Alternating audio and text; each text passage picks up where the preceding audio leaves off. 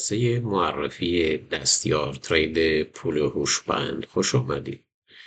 دستیار ترید پول هوشمند حاصل سالها تحقیق، تجربه عملی و تلفیق دانش تخصصی در بازارهای مالی است.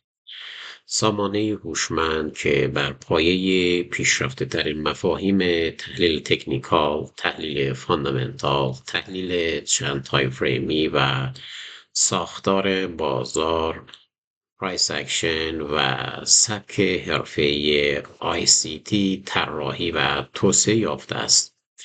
این دستیار ترید با بهره‌گیری از هوش مصنوعی و پردازش لحظه‌ای داده‌های بازار از جمله بازارهای فارکس، ارزهای دیجیتال، سهام و فیوچرز را به صورت همزمان، پویا و کاملا زنده پایش می‌کند تا در کوتاه‌ترین زمان ممکن دقیق‌ترین فرصت‌های معاملاتی را شناسایی کند.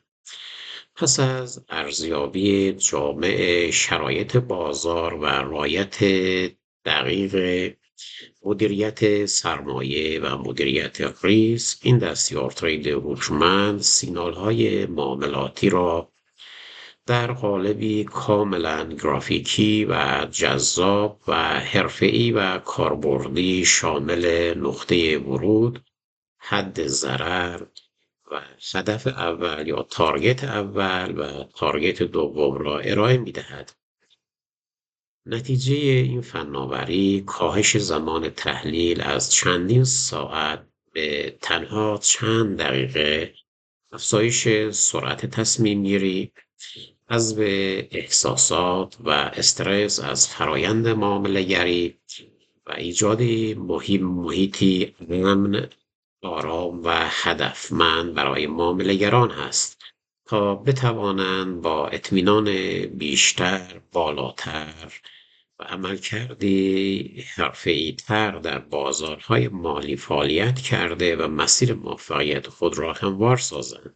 برای آشنایی بیشتر در محیط تریدینگ ویو با ما همراه باشید. خب من محیط تریدینگ ویو رو باز میکنم. قبل از اینکه من دستیار ترید رو روی محیط تریدینگ ویو بیارم، ابتدا عرض کنم که اگر شما از منوی ایندیکیتور در قسمت سرچ این دستیار ترید ما رو سرچ کنید اصلا پیدا نمی کنید. دلیلش این هست که این دستیار ترید به صورت خصوصی هست، فقط در پنل ما قرار داره. اگر من در قسمت مای اسکریپت، یعنی تمامی اسکریپت هایی که مخصوص فقط پنل ماست ببینید، این دستیار ترید شروع شده به طراحی شاید چندین، حتی به صدها نسخه هم برسه که به مرور زمان توسعه و پیشرفت پیدا کرده است که الان تقریبا میشه گفت که در نسخه V18 هست که من این نسخه رو فقط فعال کردم چون در مورد آخرین ورژن، آخرین نسخه که توسعه پیدا کرد می‌خوایم صحبت کنیم. خب من این رو اضافه کردم در محیط کار. در این قسمتی که الان می‌بینید نوشته اسمارت مانی هایبرید V18 نقطه 10، یعنی ورژن 18 هست که من این رو دقت کنید روی تنظیماتش رو اگه باز کنم خیلی بخش‌های مختلفی داره که ابتدا فعال نیستن و میشه اینها رو به مرور زمان، به مرور استفاده که داریم میتونیم اینها رو فعال کنیم. از جمله در قسمت استایل اگر نگاه کنید که من این بخش از منو رو یه معرفی کوتاهی داشته باشم، مربوط به کیلزون هست که کیلزون مربوط به زونهای معاملاتی هست و قسمت‌های ساختار بازار هست که اگر ببینید یکی یکی من هر کدوم از اینها را میزنم همه اضافه میشن. ساختارهای صعودی، ساختار نزولی، یا نواحی پریمیوم، نواحی دیسکونت، اینا نواحی بخش‌های مختلفی از بازار هستند که مربوط به بخش‌های مختلفی از جمله قسمت‌های مربوط به بخش‌های مختلف از جمله ICT و جاهای مختلف میشه که من فقط یه اشاره میکنم. فقط ببینید که یا مثلا EMA 200، EMA 50، EMA 20، بک‌گراند کالر و بک‌گراند کالر. دوباره این نواحی بک‌گراند کالر ها نواحی صعودی و نزولی بودن رو حتی به شکل تصویری نشون میدن در کدوم قسمت بازار نزولی بوده و رنگ با توجه به اون یه بک‌گراندی داره، رنگ خاصی داره. این قسمت های پیشرفته دیگه مثل باکس ها، پنل ها و یا لاین ها یا ترید آن چارت هست، یعنی تمامی ترید های رو که انجام شده به صورت حتی عددی و با مشخص کردن تیپی یک، تیپی دو، همه حتی حجم آنها را به راحتی نشون میده به شما. برای اینکه این قسمت ها شلوغ نشه من همه اینها رو کنسل میکنم تا یه مقدار شلوغی در کار نباشه که من بتونم بخشهایی که نیاز هست رو من راحت تر معرفی بکنم. خب میرم توی منوی دیگه به نام پراپرتیز که یه سری تنظیمات خیلی حرفه‌ای هست، مثل اینکه شما مثلا اینیتیال کپیتال چقدر، یعنی سرمایه اولیه‌ای که شخص میخواد استفاده کنه مثلا $1000، $2000 قابل تنظیم هست که یا از نوع USD هست یا مثلا یورو هست. همه اینها قابل تنظیم. قسمت های حرفه‌ای دیگه من الان فعلا وقتش نیست در معرفی اینا رو معرفی کنم، فقط برم تو قسمت اصل داستان. در قسمت منوی اصلی یا اینپوت ها دقت کنید یه قسمت های خیلی حرفه‌ای رو داریم که اکتیو کردن کل در واقع بستیار ترید هست که به صورت اوتو و مونیتورینگ زنده بازار رو اسکن میکنه در حالت اوتو. و یه قسمت هایی مثلا پوزیشن تول، اگر پوزیشنی شناسایی بشه همونطوری که میبینید من به محض اینکه پوزیشن تول رو فعال کردم در اینجا یک سیگنالی به هر حال شناسایی شده رو با توجه به اینکه گفتیم به صورت مونیتورینگ زنده الان داره کار میکنه. الان روی اونس جهانی طلا ما داریم کار میکنیم. دقیقاً آورد مشخص کرد اینجا یه پوزیشنی رو شناسایی کرده، دقیقاً حد ضررش رو مشخص کرده، نقطه ورودش رو گفته، تیپی یک، تارگت اول، تارگت دوم رو گفته و همه اینها رو برای ما مشخص کرده. ضمن اینکه دلایلش را هم گفته. حالا من بعدا اشاره خواهم کرد که این زمانی که سیگنال مشاهده سیگنالی رو در واقع شناسایی میکنه بر چه اساسی، بر کدومی که از فازهای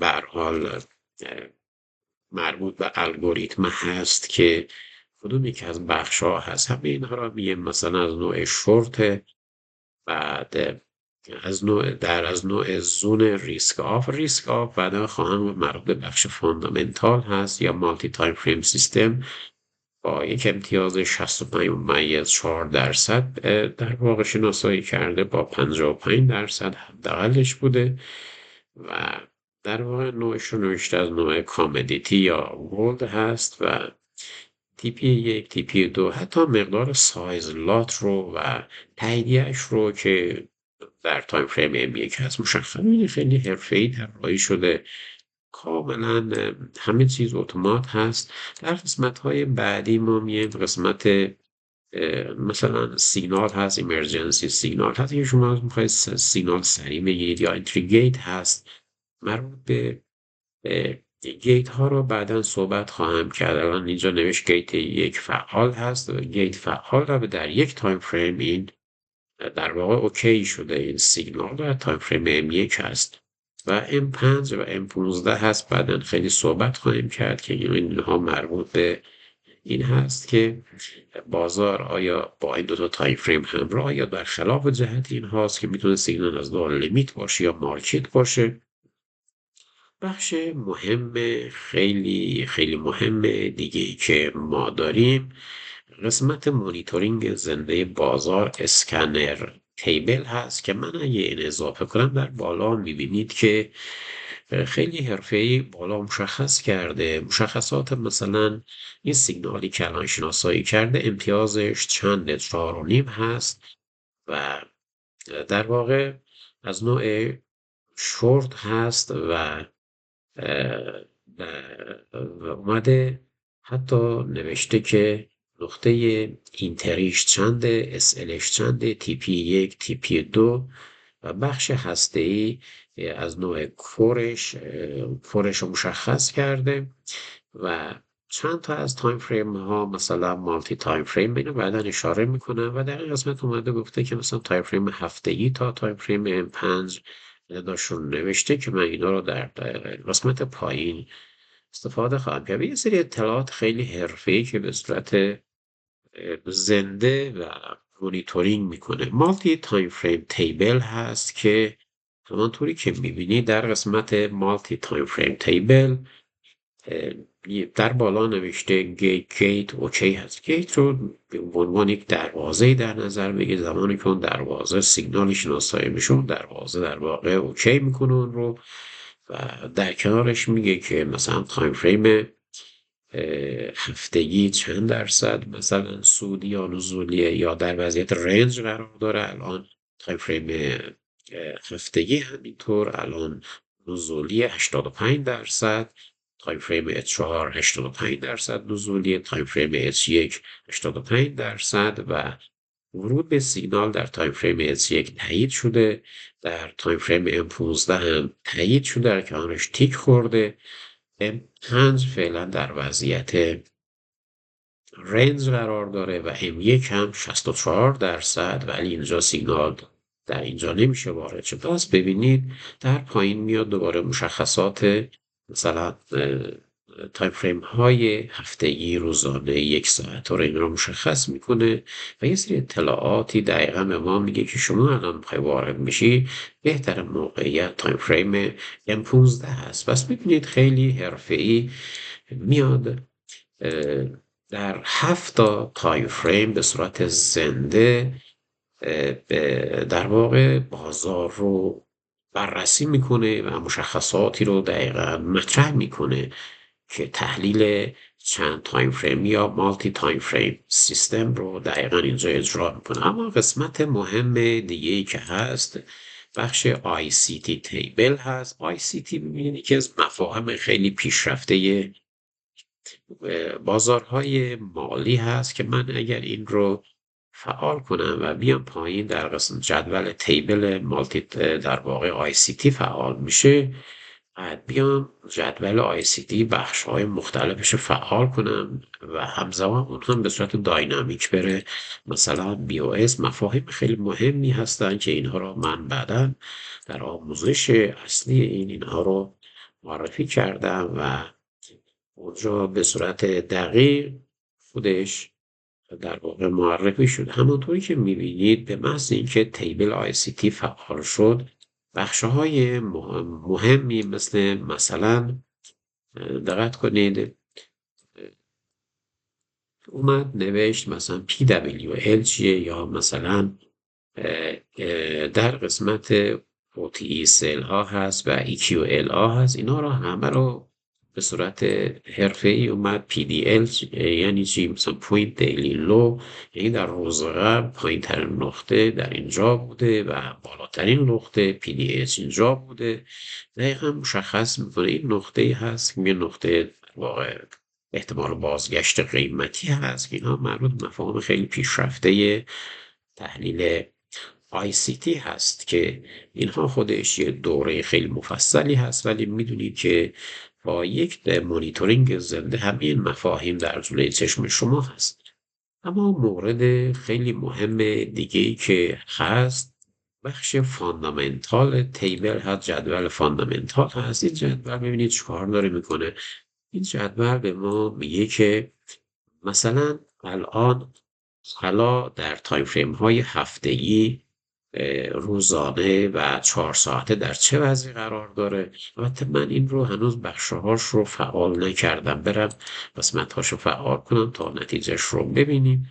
من میام تو قسمت فاندامنتال کل رو X Y رو USD 10 Y VIX US 500، اینا همه مفاهیم خیلی پیشرفته بازارهای مالی هستند که الان میبینید که به محض که روشن شد با مشخصات خیلی، مثلا میگه که اه، الان ریسک در بازار در تایم فریم هفتگی 6.5 هست، پایین هست. در تایم فریم روزانه ریسک آف هست و در تایم فریم 4 ساعته این هست ریسک آف. ببین با هم یک کلمه که نتیجه تحلیل بازارهای فاندامنتال هست به ما میگه که ریسک آف هست. یعنی شما نمیتونید وارد بازارهای فور ریسک سهام ها و اینجور چیزها بشین. بهتره که به تو قسمت طلا دارید سرمایه گذاری با هم یک کلمه. بعد نتیجه همه این فاندامنتال میاد در پوزیشن تأثیر میذاره در همین قسمتی که می نویسه ریسک آف یا ریسک آن. خودش امتیازبندی میشه در تعیین در واقع پوزیشن. خب یه بخش‌های خیلی پیشرفته دیگه ای داره این. من الان نمیخوام وارد دیگه بخش مثلا اینها بشم توضیح بدم. مثلا بگه فقط یه آشنایی کلی بگم. مثلا حمایت مقاومت نگاه کنید، یا مثلا من میام قسمت فیبوناچی رو نگاه کنید. چقدر حرفه‌ای میاد خط حمایت، مقاومت، فیبوناچی، تمامی اهداف قیمتی رو شما میتونید اینجا ببینید. دقیقا روی هر خطی از فیبوناچی میاد، حتی قیمت رو هم میزنه. حمایتی که مقاومت رو در 100 تا کندل اخیر به صورت خیلی زیبا بررسی میکنه. شما دقیقا میتوانید بفهمید بازار در چه وضعیتی است. یا مفاهیم خیلی پیشرفته تحلیل تکنیکال مثل که آپ ترند یا داون ترند یا سرشانه صعودی، سرشانه نزولی، دو قله، دو چرخ مثلث. الان ببینید در اینجا به من میگه که با یک انتخاب فقط به من میگه که اینجا آقا سرشانه نزولی دارید، بازار داره نزول میکنه در تایم فریم 1 ساعت. اگه من بخوام اینو ترسیم کنم اینطوری به راحتی میتونم با یک کلیک سرشانه نزولی رو به این شیوه ترسیم کنم. اگه دقیق ترسیم کنیم به شما میگه دقیقا بازار از کجا دقیقا حرکت میکنه، کجا بر میگرده و کجا در واقع پول بک میزنه. خب این دستیار تریدیه که فوق‌العاده هوشمند هست. تمامی علوم‌های جدید بازارهای مایل را به صورت حرفه‌ای و گرافیکی در جلوی چشم شما قرار میده و شما به راحتی میتونید بازار رو تحلیل کنید و تنظیم‌های خیلی مهم حرفه‌ای که شما بتونید سیگنال‌های خیلی قوی بگیرید. شاید الان فرصتش نباشه خیلی معرفی بکنم. مثلا بخش لیمیت هست. شما میخواید بازار حالت لیمیت باشه، مارکت باشه، استاپ باشه و حتی میزان تایم فریم ها رو مشخص کنید. تایم فریم هفتگی، روزانه از کجا شروع بشه. یا مثلا بیایید مثلا بگید که این برای 100 تا کندل اخیر رو بررسی میکنه. نقاط پریمیوم، دیسکونت و اینا همه قابل تنظیم هستن تا بتونید سیگنال های قوی، یا مثلا مفاهیم خیلی پیشرفته که با استفاده از اونها سیگنال ها بررسی و در واقع شناسایی میشن، مثل BOS، در واقع بریک آف استراکچر یا چنج آف کاراکتر، CH OCH یا MSS زون و غیره. همه اینها در تنظیم و گرفتن پوزیشن صحیح هستند. یا میاییم در قسمت پایین‌تر یه سری فیلترهای قرار شده، مثلا ADE، ADX قدرت روند رو مشخص میکنه زمانی که پوزیشن میخواد گرفته بشه یا